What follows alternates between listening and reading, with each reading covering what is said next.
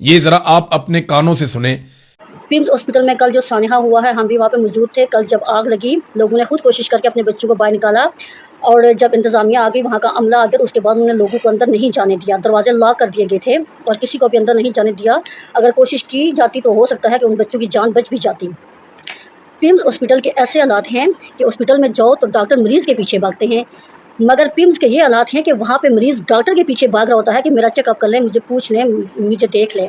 मेरी भाभी वहाँ पे एडमिट थी, उनकी डिलीवरी का केस था। 12 बजे हम वहाँ पे इमरजेंसी में गए और 12 से लेकर 4 तक किसी डॉक्टर ने कोई चेकअप नहीं किया। हम उनके पीछे भागते रहे। भाभी की तबीयत इंतहाई ख़राब थी।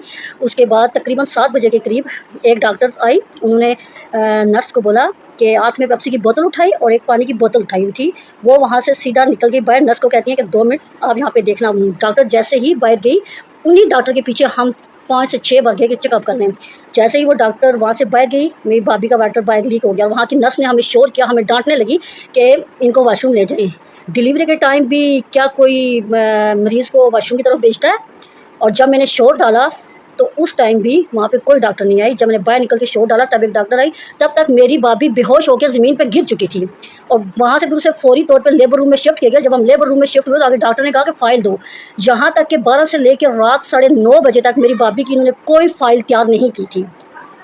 डॉक्टर को परवाह ही नहीं थी कि कोई मरीज़ आया, कोई इंसान आया, हम इसका चेकअप कर लें। पिम्स हॉस्पिटल के जो डॉक्टर हैं, मैं उनको डॉक्टर नहीं कहूँगी, मैं बल्कि ये कहूँगी कि वो दरिंदे हैं, दरिंदे।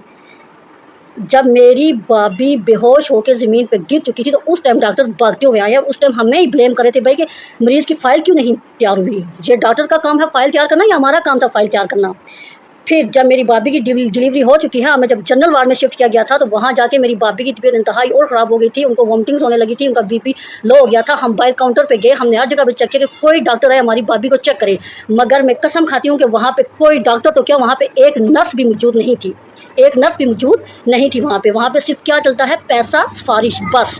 उसके पिम्स हॉस्पिटल में ये चीज़ है, पैसा है, डॉक्टर आपके, सिफारिश है, डॉक्टर आपके, अमला आपका। पिम्स हॉस्पिटल के डॉक्टर इंतहाई लापरवाह हैं। मैं कहती हूँ कि वहाँ के डॉक्टर को सख्त से सख्त सज़ा दी जाए।